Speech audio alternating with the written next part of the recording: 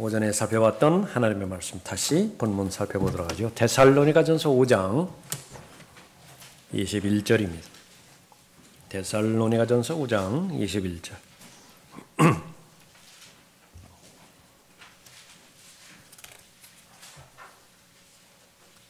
21절부터 24절까지 받들어 읽겠습니다.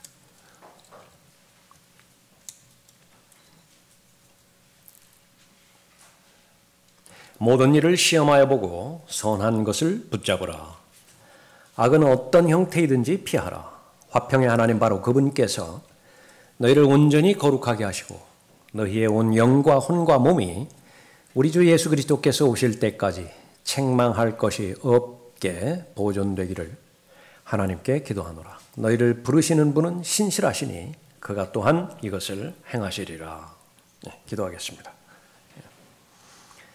아버지 하나님, 후에도 주님 앞에 잘 준비된 마음 가운데서 영과 진리로 경배드릴 수 있도록 또 한 번의 특권을 부여해 주심을 감사를 드립니다. 성도 간의 아름다운 교제 허락하여 주셨습니다.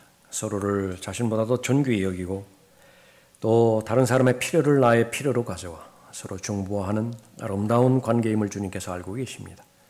두 사람, 세 사람의 그 모임 가운데 함께 하시는 주님께서 무엇을 간구하든지 또 어떤 필요가 있든지 주님 방법대로 채우셔서 이루시고자 하는 하나님의 선한 계획 온전히 이루어 주시어서 하나님을 기쁘시게 해드리고 하나님을 영광스럽게 해드리는 귀한 모임이 될 수 있도록 보호하시고 또 복 주시길 원합니다. 또 오해도 준비된 마음으로 또 하나님의 말씀 경청하고자 할 때에 힘을 주시고 또 말씀으로 인해서 기뻐할 수 있도록 인도하여 주시며 말씀으로 인한 무엇보다도 열매 맺을 수 있도록 인도해 주시길 간구를 드립니다. 이 시간을 온전히 주님 손에 부탁드리고며 주 예수 그리스도의 이름으로 기도드렸습니다. 오전 시간에 의해서 두 번째로 어떻게 분별력을 소유할 것인가 살펴보도록 하겠습니다.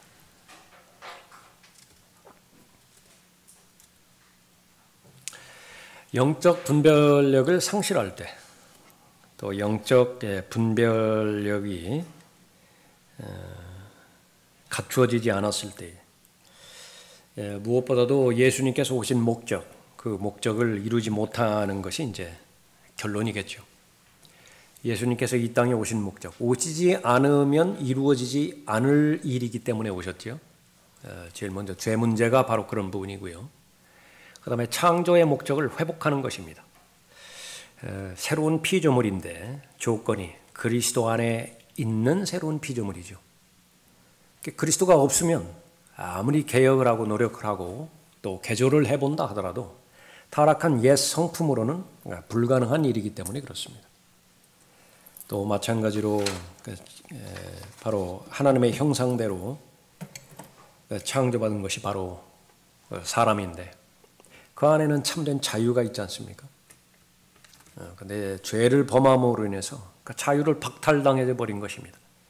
그러니까 자유가 없는 세상, 아무리 먹을 것이 풍부하다 하더라도 아무리 여건과 환경이 풍요롭다 하더라도 그 진정한 자유가 없는 한 그것은 의미 없는, 가치 없는 그런 삶이 되어진 것이죠. 그래서 예수 그리스도의 보혈을 신뢰함으로 인해서 그리스도 안에 있는 새로운 피조물, 속사람이 창조가 되었는데 아담과 다른 부분은 아담은 완전한 성인으로 창조되었는가 하면 더 잘할 필요가 없어요. 처음부터 온전한 삶을 유지하는 것입니다. 정상적이고 하나님의 창조 목적에 따른 합당한 삶을 사는 것입니다. 창조의 첫날부터. 그러나 그리스도인은 그것이 아니라 자라가야 됩니다. 그 자라가는 과정을 통해서 이제 하나님께서 창조해 주신 목적대로 그대로 삶을 살아가게 되어지겠죠.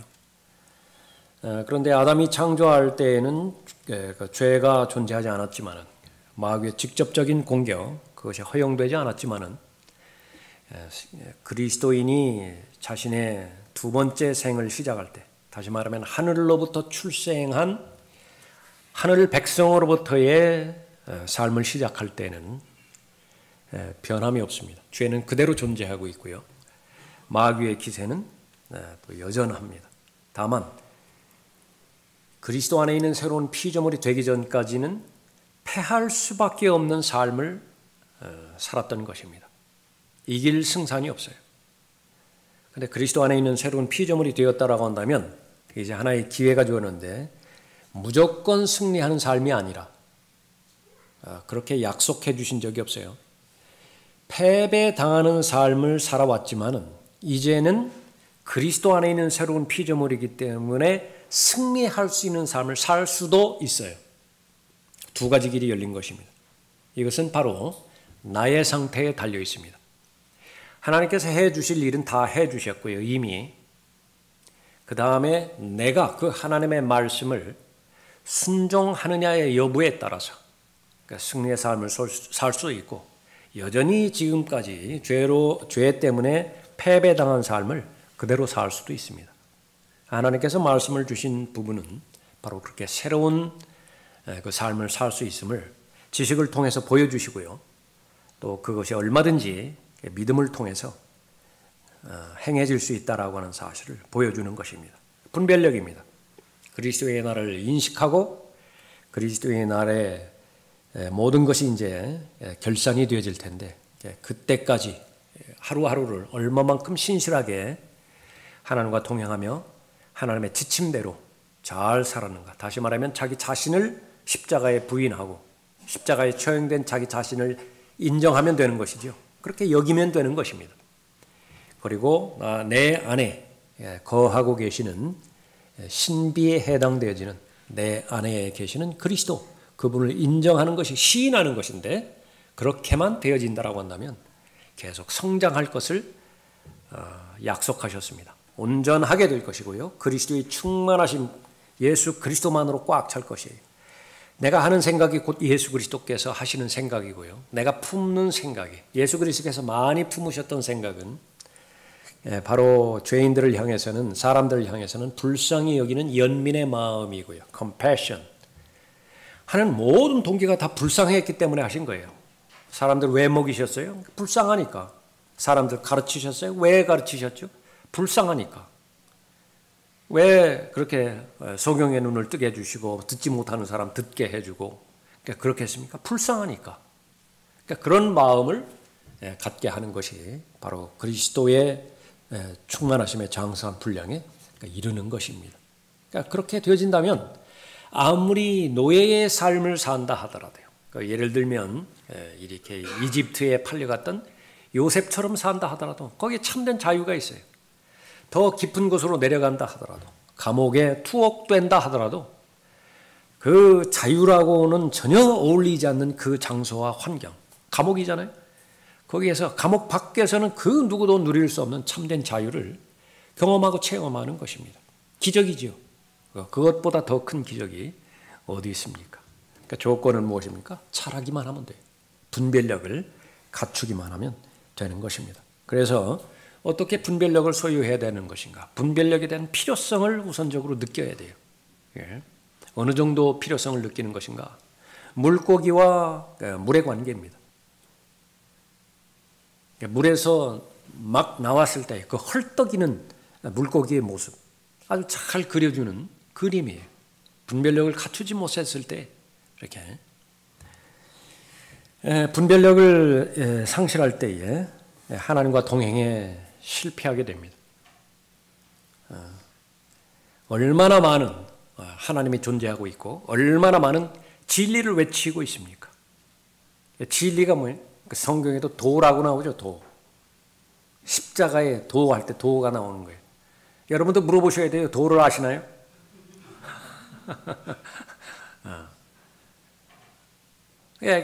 하나님의 길, 하나님의 진리의 여정 그 부분을 분별하지 못한다라고 한다면 도대체 어느 길이 진리의 길이에요? 어떤 해석이 성경적 해석인가요? 그 배경을 보면 어떻게 구분을 해요? 그러니까 배울 만큼 다 배운 사람이고 갖출 모든 요구되는 자격들을 다 갖추고 나름대로 한마디 한마디씩 하는데 그 나름대로 논리가 있는 것 같고 그 나름대로 다 시스템화되어 있잖아요. 체계화되어 있잖아요. 근데 내가 어떤 근거에서 어떤 해석이 올바른 해석인지 어떻게 알 수 있습니까?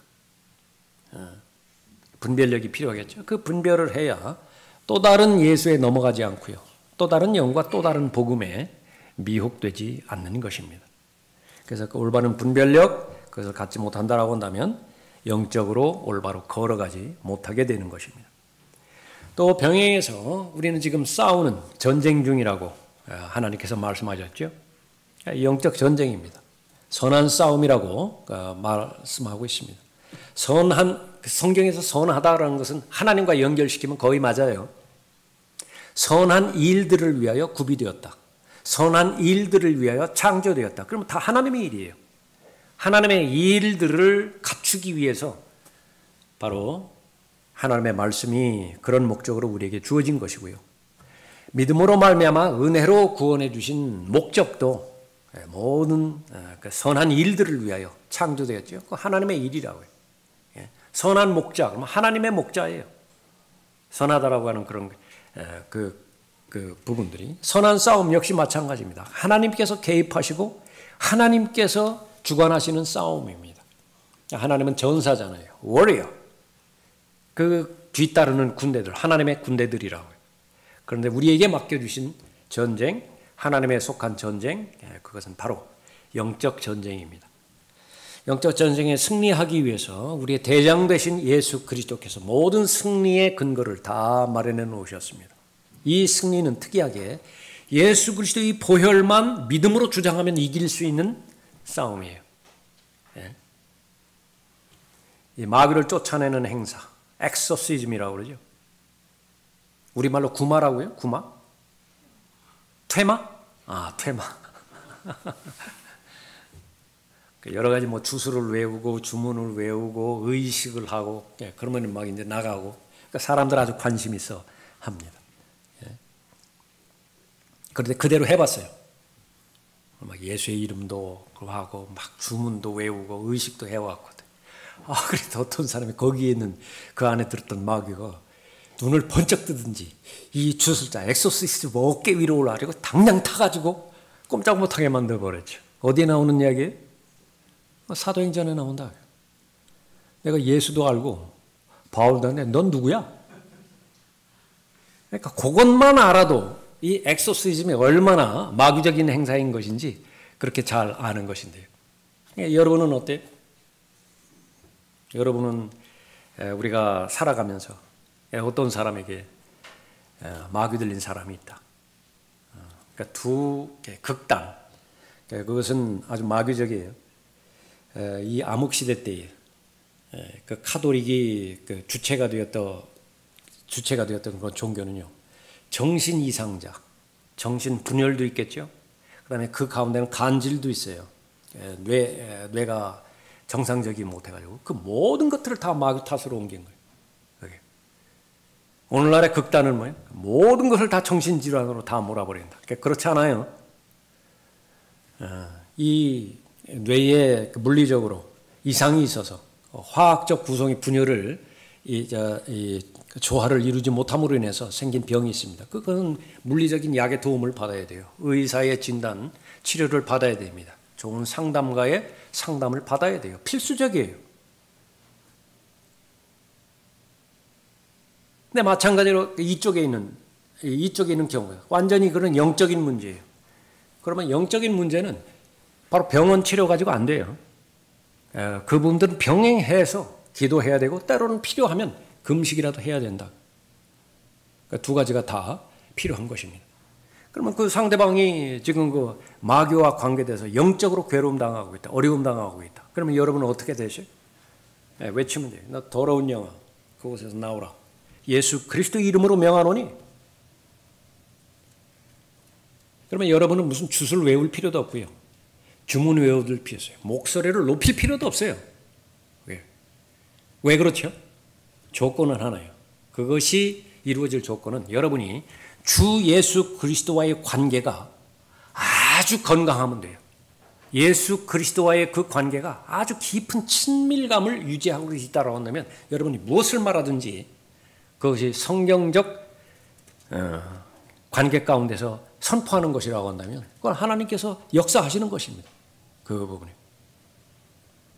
자, 영적 전쟁에서 패배할 수밖에 없는 것은 바로 영적 분별력을 상실했을 때입니다. 하나님의 전신 갑옷은 있는데 이것이 이제 갖춰 입지 않은 상태가 될 수 있고요.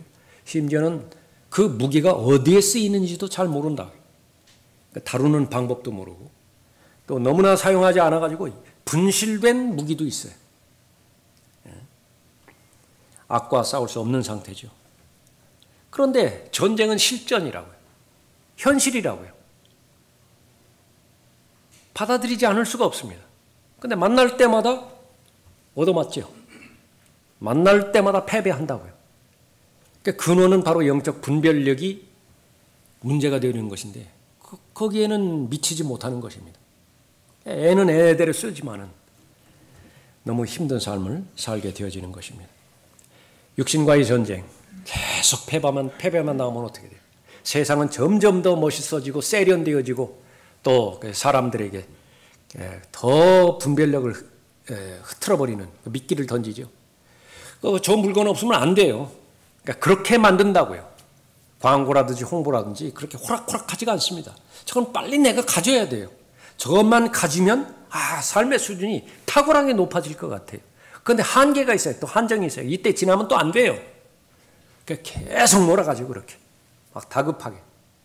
그런데 많은 경험들을 한다고요. 그렇게 해서 한번 구입해봤거든요. 그러니까 수준에 못 미쳐요. 수준에 못 미친다. 그거 어떻게 할 수 있죠? 지금 사용 안 하면 다 그런 거예요. 지금까지 사용을 해야 돼요. 그러면 잘 산 거예요. 그런 건 반드시 사야 됩니다. 올바로 잘 구입한 것이고 투자한 것이에요. 그런데 그렇지 않은 것이라고 한다면 그것은 바로 잘못 판단하고 잘못 선택한 것인데 그것이 나에게 교훈을 주지 않아요. 계속 새로운 것들에 또 계속 마음이 간다고요. 그것이 세상입니다. 계속 패배하는 거예요. 세상은 얼마나 많은 두려움을 줍니까? 세상은 두려움의 연속이라고요. 무기가 쾌락을 무기로 하기도 하지만 두려움으로 강압적으로 폭력을 행사하기도 하는 것입니다. 쩔쩔매게 만드는 것입니다. 그러니까 거기에 동의를 해야 돼요. 동조를 해야 돼요. 거기에 협조를 해야 되는 것입니다. 그런데 그 부분으로부터 내가 등을 돌리고 나는 나대로 살란다. 그랬을 때에 그것을 허용하지 않게 만드는 것이죠. 분별력을 잃어버리게 되었을 때에 바로 계속해서 육신으로부터 세상으로부터 그 뒤에 배후 조종을 하는 마귀로부터 패배당하는 삶을 살게 되어지는 것입니다. 영적 분별력, 왜 갖추어야 되는 것이냐? 우리는 일을 해야 되죠. 두 가지 커다란 심판이 있습니다. 하나님의 자녀에게 주어지는 심판. 그것은 좋은 의미에서 심판이에요. 그러니까 자기 자신을 잘 관리하라고 하는데 하나는 아들로서의 심판이죠. 오늘과 같은 경우입니다. 또 오늘 교회 문을 나서면 또 내일 다가오겠죠. 그러면 매일매일마다 우리는 하나님의 말씀과 또 성령 하나님의 음성 가운데서 자기 자신을 그 거울 앞에 비춰봐야 돼요. 그래서 세수해야 됩니다. 닦아내야 돼요. 잘못된 부분들을 보완해내야 되는 것입니다. 목적은 무엇이죠? 친밀함입니다. 아버지와 아들과의 관계라. 여기에는 무슨 계산이 없어요. 여기에는 무슨 비즈니스 그 부분이 없어요. 그냥 좋은 거예요. 아버지니까 좋고 아들이니까 좋은 것입니다. 그런데 이것을 방해하는 것은 순간순간 그 교제를 서먹서먹하게 만드는 죄라고요. 그 죄는 매일매일 최소한 24시간 단위로 계속 판단해내야 됩니다. 그렇게 해서 우리가 들림마다 올라갈 때까지 우리가 걸어가는 곳은 광야예요. 먼지가 묻을 수밖에 없다고요. 그러니까 집에 들어가면 발은 씻어야 돼요. 목욕은 한 번 했지만 예수 그리스도의 보혈을 신뢰하고 마음으로 믿었을 때 목욕은 한 번 했다고요. 그 한 번으로 끝난 거예요. 그러나 들림마다 올라갈 때까지는 계속해서 먼지를 씻어내야 되는 것이죠. 그것이 바로 아들로서의 심판이고 또 하나는 우리가 그리스도의 심판석을 바라보는 것이니까 이것은 종으로서의 심판입니다. 종의 심판은 한꺼번에 몰아서 하는 거예요. 아들로서의 심판은 그날그날 하는 것입니다. 여기에 올바른 지식을 가지고 각 심판에 적절하게 잘 대비할 수 있어야 됩니다. 그러니까 종으로서의 심판은 무엇이에요? 구원받은 이후에 하나님께서 어떠한 일을 맡겨주셨어요. 그 일이라고 하는 것은 뭐냐면 바로 예수 그리스도를 위한 선택, 예수 그리스도를 위한 결정, 그것을 하나님께서 특권으로 부여해 주셨는데 그것이 바로 그리스도의 심판석에서 다루어지는 판단들입니다. 심판들이에요. 그럼 그것을 다른 말로 하면 청직이라고 하는 말로 우리에게 설명해 주셨어요. 그래서 우리가 구원받은 이후에는 우리의 삶은 우리에게 받은 직분 가운데 하나는 청지기로서의 직분이에요. 청지기는 말 그대로 바로 소유권이 나에게 있는 것이 아니죠. 분명한 주인이 존재하는 것인데 주인이 나를 믿어줬어요. 주인이 나를 믿어주고 그 다음에 맡겨주신 것입니다. 지금은 뭐 그러는지 몰라요. 제가 이렇게 그 회사에 들어갈 그 당시만 한다가도 재무관계 있잖아요. 회계관계. 그 부서에 배치되어지는 경우에 뭐 인사부라든지 뭐 총무부라든지 생산부 이런 데 말고 그러니까 돈 관리하는 데는 반드시 재정보증 하나 더 세웁니다. 요즘은 안 그렇죠. 요즘은 아마 안 그래요. 그때까지만 하도 이 시스템이 온전하지 않아가지고 못 믿겠는 거예요. 뭘 보고서 그 회사 돈을 그 사람한테 맡기는 거예요. 그러지 않아도 요즘 뭐 은행 관련해가지고서 뭐 증권 관련해가지고 사고 많이 터지고 그러던데. 그러나 하나님께서는 나를 믿고 신임해 주어서 나한테 맡겨주신 일들이 있습니다. 그러니까 그것을 잘 관리하고 문화의 비유와 달란트의 비유에서 보는 것처럼 나한테 그런 자질이 있으니까 나한테 능력이 있으니까 비즈니스 한번 해보라고 모든 자본 다 투자해 주고요. 거기 필요한 시설 기반 다 제공해 주는 것입니다. 사람이 필요해요? 그러면 인력까지도 다 동원해 줬어요. 그리고 그 다음에 지혜가 필요하지 않습니까? 그럼 지혜까지도 주셨어요. 그러니까 내가 부지런하기만 하면 됩니다. 뭘 부지런하면 돼요? 계속 보고 하는데 부지런하기만 하면 돼요. 그거 하나만 하면 돼요. 일어나는 일들에서 계속 보고하고요. 결제 승인을 받은 일만 집행하면 돼요. 결제 아직 보류다. 그러면 그 결제 날 때까지 기다리면 돼요. 뭐 급할 거 없어요. 내일인가? 뭐 내 돈인가? 주인 돈, 뭐 주인 재산 알아서 하겠지. 그것이 바로 여유이고 정상적인 그리스도인의 삶인 건데 그렇게 하기 위해서는 분별력이 있어야 됩니다. 영적 분별력. 그 영적 분별력이 없으면 어떻게 되는 것이냐? 우리가 들림받아 올라갈 그때까지 구원받았다라고 한다면 거의 쓸모없는 사람으로 살게 되어집니다. 거의 쓸모없는 사람. 어떤 사람이죠? 아까 물고기와 물의 비유를 했다고 한다면 물에서 갓 건져 올랐어요. 헐떡이는데 지금 모든 힘을 다 거기다 쏟는다고요. 건강한 사람에게는 호흡처럼 쉬운 것이 없죠. 그런데 어느 경우에는요. 호흡만큼 힘든 것이 없어요. 있는 힘을 들여서 다 숨을 들이셔야 되고 있는 힘을 다해서 내쉬어야 되고요. 정확한 이름은 아니지만 폐쇄성 폐쇄질환? 폐암은 둘째래요. 폐암은 둘째라고 해요. 만약에 거기에 걸려버렸다. 그러면은 그것은 고통의 연속입니다. 계속 고문당하는 거예요. 호흡하지 않고 생존할 수는 없잖아요. 얼마나 힘들어요. 내쉬기도 힘들고 들이마시기도 힘들고. 그것만 생존에만 관계가 있고 그 다음에는 하나님의 영광이라든지 하나님을 기쁘시게 해드리는 것이라든지 거의 쓸모가 없다라고 하는 것입니다. 그러면 하나님으로부터 쓰임 받는 사람은 얼마만은 그 특권을 누리는 것이냐? 그러면 고린도전서 2장에 있는 것처럼 하나님께서 값없이 주신 것들이 수없이 많이 있거든요. 그것이 바로 나에게 주어졌어요. 저렇게 아주 영적이고 저렇게 아주 영적으로 열심을 품는 그 사람에게만 주어진 것이 아니라 나에게도 주어졌어요. 그래서 일단 즐깁니다. 기뻐하고요. 누립니다. 향유해요. 언제만 그렇죠? 일을 할 때에만 누릴 수 있는 기쁨이 있어요. 일을 할 때에만 감사할 수 있는 그런 기쁨이 있는데 전혀 못 누려요.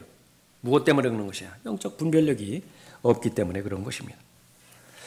구원받지 못한 혼을 복음을 통해서 성령 하나님의 능력으로 예수 그리스도께 인도해 왔을 때에 구령자가 느끼는 이 경험이죠.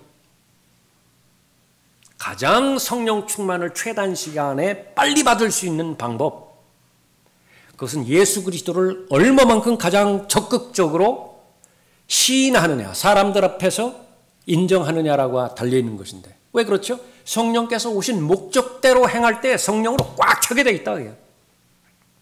오신 목적, 예수 그리스도 증거하려고 오셨잖아요. 예수 그리스도 증거하는 사람을 부활의 증인이라고 말하는 것인데 성령의 능력이 없으면 그건 애당초 불가능해요. 아무리 열심히 노력한다 하더라도 아무리 용기를 내본다 하더라도 최상으로 만나는 것이 베드로의 3번 실패예요. 모른다고 맹세하면서까지 예수 그리스도 부인하는 것입니다. 그것이 사나이 중에 사나이가 다다를 수 있는 최고점이에요. 안 돼. 그러나 성령의 역사가 일어나면 이제 어떻게 돼요? 그 거대한 정치 권력만 하더라도 대단한데 거기에 종교 권력까지 합쳐버렸죠. 사내들인 직접적으로 명령한다. 그 이름으로 다시는 가르치지 마. 그 이름으로 다시는 입 밖에 내지도 마. 전혀 요동하지 않았어요. 사람들의 말에 순종하려 하나님께서 하신 말씀에 순종하려 너희가 한번 판단해 보라고. 그 말이 도대체 어디서 나와요? 성령 하나님의 능력으로 그렇게 오는 것이지요. 그것이 바로 성령 하나님의 능력을 경험하는 것인데 그 기쁨과 그 즐거움 그 사람에게 일을 할 때에 경험하게 되어지는 것입니다. 그것을 토대로 해서 하나님의 피로 사신 교회를 세우는 일, 교회에 도움이 되어지는 일, 그것이 바로 살아있는 목적이라고도 말씀하셨죠. 교회에 참여하는 것으로부터 시작됩니다. 참여해서 영과 진리로 하나님 앞에 경배드리는 그 경배를 시작으로 해서 이제 점차 자라면서 하나님께서 나에게 어떤 은사를 주셨는지 발견해 가는 것이고요. 그 은사를 계속 연습해 봤더니 그 은사가 자라요.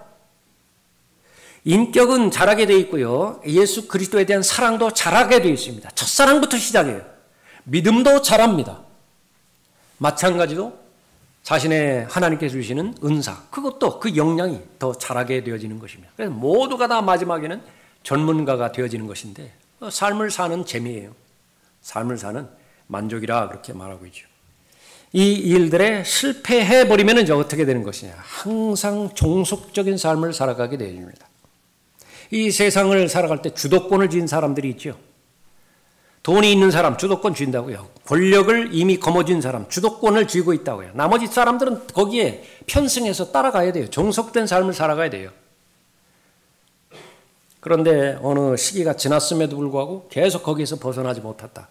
그러면 계속 다른 사람의 인생에 편승해서 살아가는 것입니다. 자기 인생이 없어요. 왜냐하면 그 사람이 제공하는 것이 목적이 되어버렸으니까.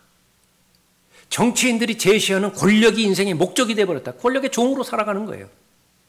돈 많은 기업가들이 그 제공하는 돈이 분명히 수단임에도 불구하고 내 목적은 다르잖아요. 그런데 그것이 어느 순간에부터 돈이 되어버렸어요. 그러면 종속돼서 살아가는 거예요. 자기 인생이 없어요.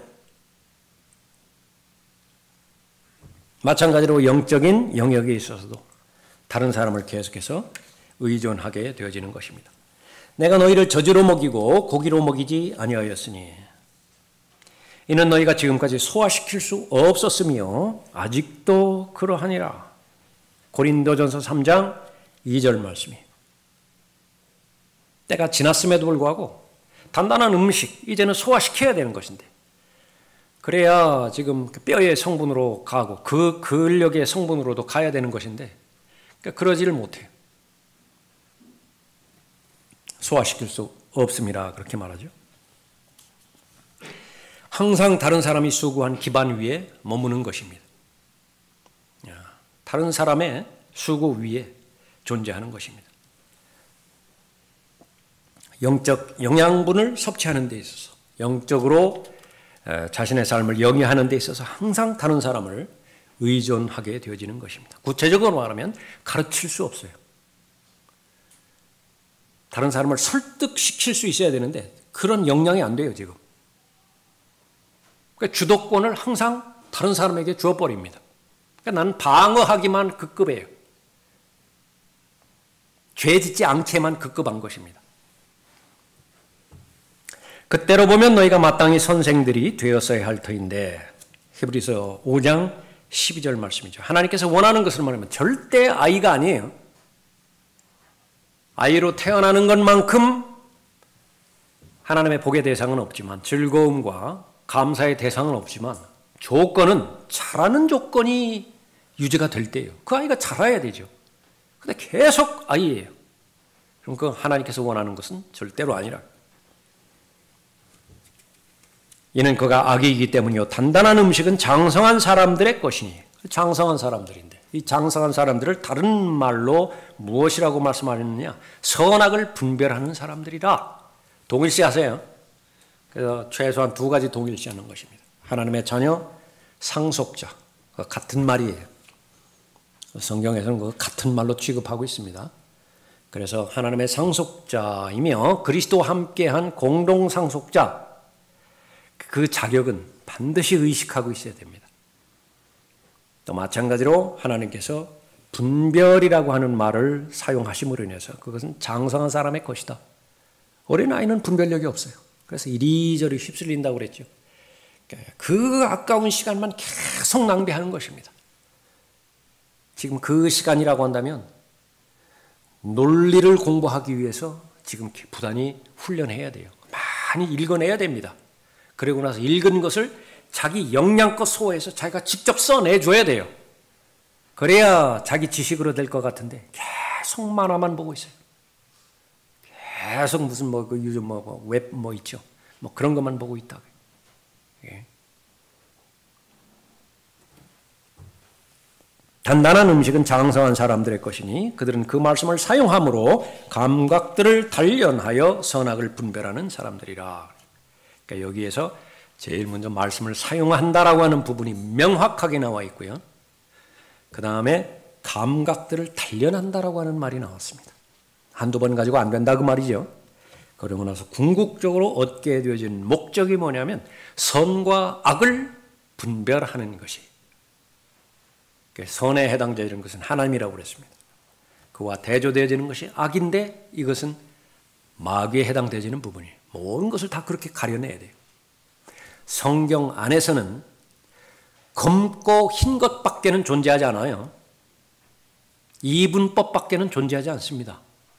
성경 안에서는 그래요. 진리와 비진리, 하늘나라와 지옥이에요.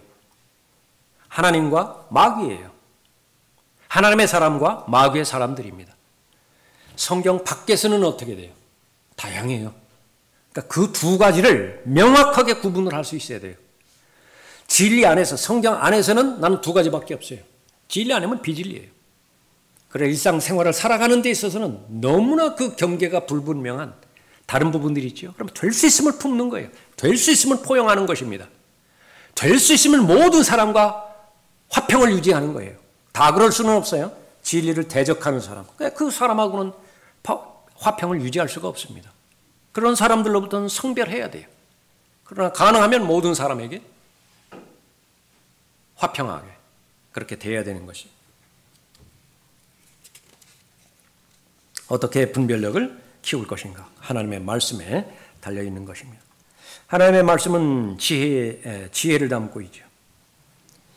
이러한 지혜는 위로부터 내려오는 것이 아니라 땅에 속한 것이요 정욕적이며 마귀적인 것이니라. 얼마나 힘든 말씀입니까? 도움이 돼요. 유익해요. 그런데 그 출처를 봤더니 땅에서 온 것이고 마귀로부터 온 것이에요. 그것이 분별이 되어졌을 때 거부하라는 말씀이거든요. 그거 받아들이지 말라고 해요. 오전에도 잠깐 살펴봤지만은 수많은 예언들이 있습니다. 어디에는 사람들에게 좋은 예언이 있어요. 근데 그 출처가 마귀로부터 온 것이라고 한다면 그건 마귀적인 것이에요. 물어보나 마나예요. 어떻게 구분할 수 있어야 되는 것이냐? 바로 하나님의 말씀을 사용해야 됩니다. 그래서 말씀에 대한 지식, 그것은 생존을 위해서도 필수적이에요. 내가 살아가기 위해서라도 반드시 알아야 된다. 이러한 지혜는 위로부터 내려오는 것이 아니라 땅에 속하는 것이요 정욕적이며 마귀적인 것이니라. 이는 시기와 다툼이 있는 곳에는 혼란과 온갖 악한 일이 있기 때문이라. 그러나 위로부터 오는 지혜는 첫째 순수하고 그 다음은 화평하며 친절하고 양순하며 자비와 선한 열매들로 가득하고 편견이 없고 위선이 없나니 의의 열매는 화평케 하는 자들의 화평 안에 뿌려진 것이니라. 야고보서 3장 15절 이후의 말씀이에요. 위로부터 오는 지혜의 속성을 봤더니 성령의 열매와 아주 흡사해요. 성령의 열매를 찬찬히 살펴봤더니 예수 그리스도의 성품과 아주 흡사해요. 같은 것으로 봐도 됩니다. 예수 그리스도를 우리는 잘 배워야 되죠. 잘못 배운 사람들이 많이 있다라고 성경은 경고하고 있습니다. 무엇을 배우는 것이냐? 1차적으로는 예수 그리스도의 생각이 뭐예요? 예수 그리스도의 마음이 뭐예요? 그것을 알고 내 안에 있는 속사람이 그 코드와 정확하게 일치하잖아요. 그럼 빨리 성장시켜서 예수 그리스도의 마음과 예수 그리스도의 생각과 동의하게 해야 된다. 그러기 위해서는 그것을 길을 쓰고 방해하고 달려드는 육신의 일들, 그 십자가로 처리해야 돼요. 그 십자가로밖에 죽이지 못해요. 내 의지로는 절대로 못 죽여요. 종교 의식을 통해서도 절대로 못 죽인다. 그것은 십자가를 믿는 그 믿음으로만 이길 수 있는 것인데 언제 그렇게 가능한 것이냐? 분별력을 얻을 때입니다. 바로 지혜를 얻어야 분별력을 얻을 수가 있는 것입니다. 내가 진리의 말씀을 올바로 나누어 자신이 하나님 앞에 부끄럽지 않은 일꾼으로 인정받도록 공부하라. 디모데후서 2장 15절 말씀이죠. 오늘 가셔도 그렇고 또 이번 주가 가기 전에 디모데후서 2장 전체를 읽어보시죠. 무슨 문맥에서 어떤 맥락에서 쭉 이어가다가 디모데후서 2장 15절 말씀이 왔는 것이냐. 온통 거짓이에요. 그것으로부터 자신을 구원하기 위해서는 하나님의 진리의 말씀을 올바로 나누어서 공부를 해야 됩니다. 목적은 무엇이죠? 하나님의 말씀 공부하는 목적이 무엇입니까? 디모데후서 2장 15절에 있는 것처럼 하나라고요. 부끄러움 당하지 않으려고 그러는 거예요. 하나님의 말씀 공부하지 않으면 이제 어떻게 되는 거예요? 그리스도의 심판석에서 부끄러움 당한다고요. 이 지상에 살아가면서도 당하는 부끄러움이 있지만은 부끄러움 당한다. 더 구체적으로 한 걸음 더 들어가 보죠. 적용되지 못한 진리를 말하는 것입니다. 하나님의 말씀 공부를 했는데 그것이 나에게 적용이 안 돼요. 적용되지 않는 모든 진리는 다 하나님 앞에 부끄러움 당해요. 야고보에서 그렇게 강조하고 있습니다. 자신을 속이지 말라고. 자신을 속이지 말라고. 그거 아는 거 아니야. 그거 네 지식으로 아직 안 됐어. 언제 지식으로 된 것입니까? 제 체중이 아무리 많이 나아간다 하더라도 그 건설된 다리 위를 걸어가는 거예요. 즐겁게 걸어가는 것입니다. 왜? 뺑뺑 돌아가잖아요. 그런데 다리가 지금 완공이 됐다고요. 세상 다리는 무너질 수 있습니다. 그 무너진 다리 뭐였죠? 하도 오래돼서 이제 성수대교. 세상 다리도 무너진다고요. 뭐 그 다리뿐만 아닙니까? 수없이 많은 다리들이 무너지죠. 그러니까 하나님 자신이 다리가 되잖아요. 그것은 절대로 하나님이 죽지 않는 한 변함이 없는 것입니다. 이로 인하여 우리가 하나님께 쉬지 않고 감사함은 너희가 우리에게 들은 바 하나님의 말씀을 받을 때에 사람들의 말로 받아들이지 아니하고 사실 그대로 하나님의 말씀으로 받았음이니 이 말씀이 믿는 너희 가운데서도 효과적으로 역사하느니라. 하나님 말씀을 읽는 거예요. 자꾸 딴 생각이 나요. 정말일까? 이게 잘못되면 어떻게 되지? 어느 날 일어나 보면 또 하나님 자체도 또 없는 것 같아요. 정말 하나님 계실까? 없으면 어떻게 되는 거지? 여러분 어떻게 하실 거예요? 있는 그대로 하나님 앞에 가서 그대로 말씀드리세요. 그대로 말씀드리세요. 하나님의 말씀에 의하면 태초에 하나님께서 하늘과 땅을 창조하십니다. 하나님을 기쁘시게 하는 제일 첫 번째는 하나님께서 존재하시는 걸 믿는 것입니다. 저는 어느 날 일어나면 이것이 너무나 쉽게 다가오는 것인데 어느 날 잃어보면 반대적인 생각이 있습니다. 저는 믿고 싶습니다. 믿음 없음을 도와주십시오. 솔직하게 정직하게 나가라고요. 그러니까 그 부분이 절대적인 기준이 뭐냐면 내 생각과 내 느낌과 내 감정이 아니에요. 내가 하나님의 기록된 말씀입니다. 계약서예요. 아무리 내가 불신한다 하더라도 계약서를 내가 가지고 있잖아요. 여기에 동의하지 않을 사람은 없어요. 그럼 계약 자체가 성립이 안 되기 때문에 그렇습니다. 그 기도를 하나님께서 응답해 주시는 것입니다. 효과적으로 역사하게 되어지는 것입니다. 성령으로 말미암아서 자유로운 삶을 살아가게 되어지는 거죠. 모든 억압 모두 자유롭게 되어지는 것입니다. 진리의 말씀, 하나님의 말씀으로 자신을, 다른 것이 아니라 자신을 검증해 나가는 과정, 이것은 참으로 중요한 그런 과정입니다. 우리가 가지고 있는 거울은 볼록 거울이 아닙니다. 오목 거울이 아니에요. 편견에 해당되어지는 잘못된 해석으로 그 사실을 바라보지 않습니다. 그러나 성경을 배제시키면 어떻게 되는 것이야? 변개된 성경은 모두가 다 볼록 거울, 오목 거울이에요.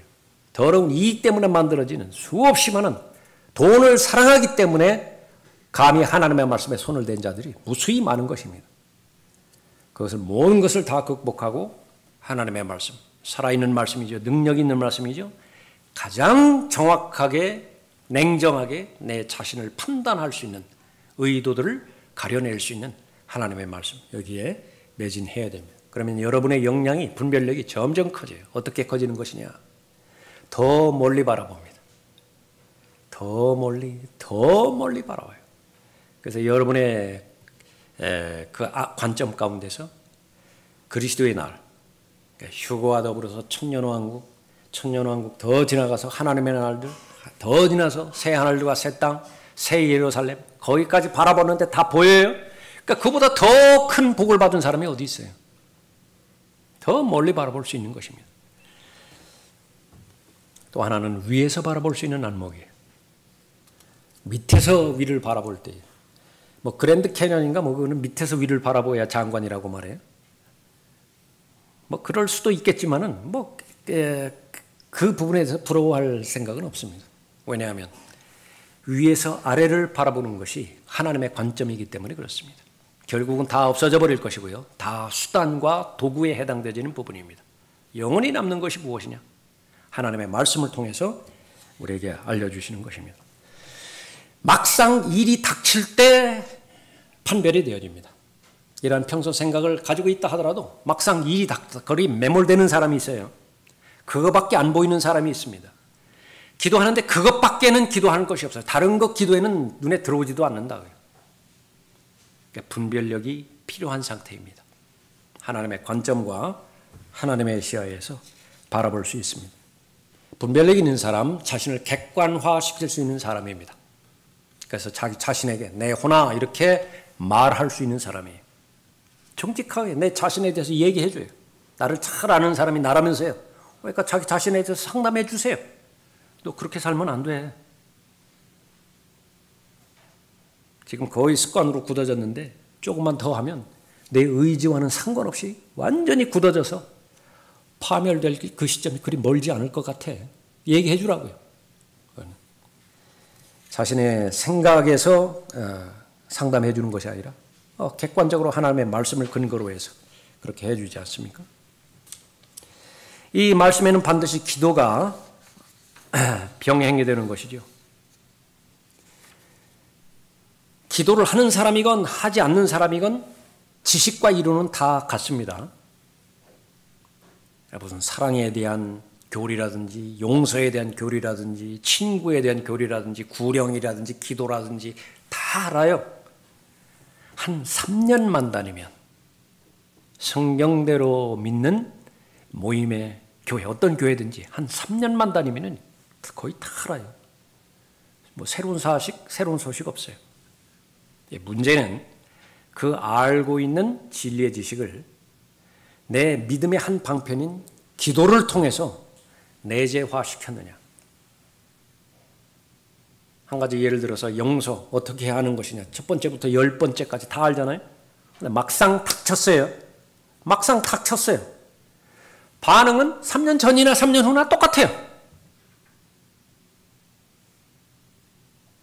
그 한 번에 욱하는 마음으로 자신의 그 귀한 인생의 기회를 다 망쳐버린 수없이 많은 사람들, 그 사건들을 봄에도 불구하고 자신이 거기에 자유롭지 못하다. 왜 그렇죠?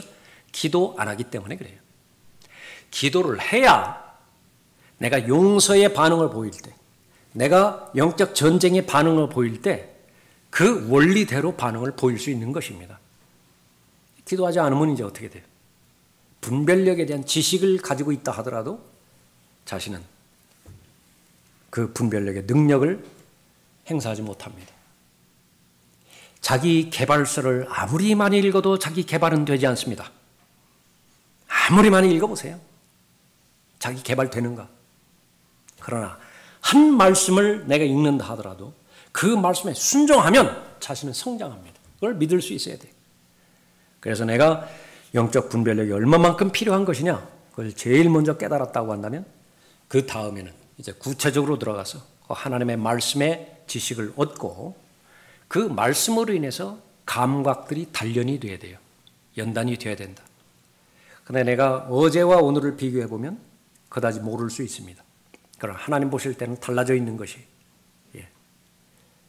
한 달 전에 본 아이하고 한 달 후에 본 아이하고 달라요, 모습이. 매일 보는 부모는 모릅니다. 그것을 믿으시기 바랍니다. 그 다음에 이런 모든 과정들이 바로 자기를 부인해야 되는 그런 과정들을 통해서 이루어지는 것인데, 그것이 바로 영적 훈련입니다. 연단이에요. 영적인 분별력, discernment, 영적인 판단력, judgment, 통찰하는 통찰력, insight, 각각마다 다 다른 영역들이 있는 것인데 하나님의 말씀은 이 모든 것들을 다 해결해 줄 수 있는 것입니다. 무슨 일이 닥쳤을 때에 즉각적으로 인식하는 것은 하나님의 말씀의 주소를 찾아내야 돼요. 암송하면 제일 좋죠. 번뜩 떠오르는 그 부분들. 그러지 못하다라고 한다면 그 말씀이 어디에 있는 것인가? 좀 급하다 하더라도 성경을 열어서 거기 찾아가세요. 거기 찾아가세요. 고린도전서 2장 14절 거기까지 찾아가세요. 히브리서 5장 14절 거기까지 찾아가세요. 갈라디아서 5장 피세요. 고린도전서 3장 2절 피세요. 그래서 한번 읽는 거예요. 그래도 안 늦어요. 안 늦어. 그렇게 여유를 가지고 자기 자신을 말씀이 통제하도록 연단시키는 것입니다. 습관이 되게 만드는 것입니다. 그래서 분별력을 얻기 위한 최종적인 마지막 과정, 그것은 생각의 훈련입니다. 생각의 훈련. 생각을 해야 돼요. 생각을. 마땅히 생각해야 될 것을 생각하지 않는 데 실패하고요. 생각해서는 안 되는 것들을 집요하게 붙잡고 생각하기 때문에 실패하는 것이고, 거의 가치 없는 생각들의 시간을 쏟아붓는 것에 실패하는 까닭이 거기에 있는 것입니다. 그러니까 시간 관리예요. 끝으로 형제들아, 만일 무슨 덕이 있거나 무슨 칭찬이 있으면 무엇이든지 참된 것, 무엇이든지 정직한 것, 무엇이든지 의로운 것, 무엇이든지 순결한 것, 무엇이든지 사랑스러운 것, 무엇이든지 좋은 평판을 얻는 것, 이런 것들을 생각하라. 지각을 초월하는 하나님의 평강이 내 마음을 통치하시는 것을 원한다라고 한다면 무엇이든지 마음 안에 일어나는 것대로 말씀드리고요. 그리고 나서 생각을 해야 됩니다. 어떤 일에 대한 결정을 내가 짓겠다. 그러면 지금까지 내가 그 결정 바로 직전까지 가졌던 모든 지식들, 정보들 그거 다 동원하고요. 그걸 놓고 하나님 앞에 진지하게 말씀드리세요. 일일이 구체적이면 구체적일수록 좋아요. 내가 그 직업을 얻기 위해서 이러한 부분들을 알아봤습니다. 퇴근 시간은 언제고 또 출근 시간은 언제입니다. 보수는 언제까지입니다. 지금 현재는 내가 이 정도는 받아야 됩니다. 보고 못 드릴 것이 없어요. 다 그것을 보고서 그것을 하나님의 말씀과 그대로 연결시켜서 다 말씀을 드리세요. 훈련해야 됩니다. 그래서 모든 것들을 배제시켜. 그거는 그거. 나는 기도만 한다. 나한테 좋은 직업 주십시오. 나한테 좋은 직장 주십시오. 내 진로에 대해서 이런 부분들을 해 주십시오. 안 하는 것보다야 훨씬 낫지만은, 그러나 하나님께서 길 열어주셨을 때 확신을 하는 데는 또 다른 문제예요. 이것이 하나님의 뜻인지 아닌지. 계속해서 우리가 특별히 하나님 말씀, 특히 바울 서신 살펴봤을 때에 많은 목적들을 위한 기도에 대해서 구체적으로 살펴봤었죠. 그 가운데 하나가 분별을 주시도록 하는 기도가 있었습니다. 나에게 분별력을 주십시오. 마귀는 좋은 것과 나쁜 것, 이것을 구분하는 것, 별 관심이 없어요. 하나님도 그렇습니다. 별 관심이 없어요. 좋은 것과 나쁜 것, 둘 사이에 그것을 선택하는 것. 최종적인 관점은 best, 가장 좋은 것과 그 다음으로 좋은 것, better. 둘 사이에 무엇을 선택할 것이냐. 이것이 믿음의 분량이 늘어나는 사람들이 가지고 있는 과제입니다. 쉽지 않아요. 결코 쉽지 않습니다. 매번 싸움이에요. 그래서 이 정도 되면 어느 정도 됐다. 타락의 시작입니다. 등이 따숩기 시작한 때예요. 지금 음식이 필요해서 다 먹었는데 지금 남기 시작한 때예요. 음식이 지금 막 계속 남는다 그 말이에요.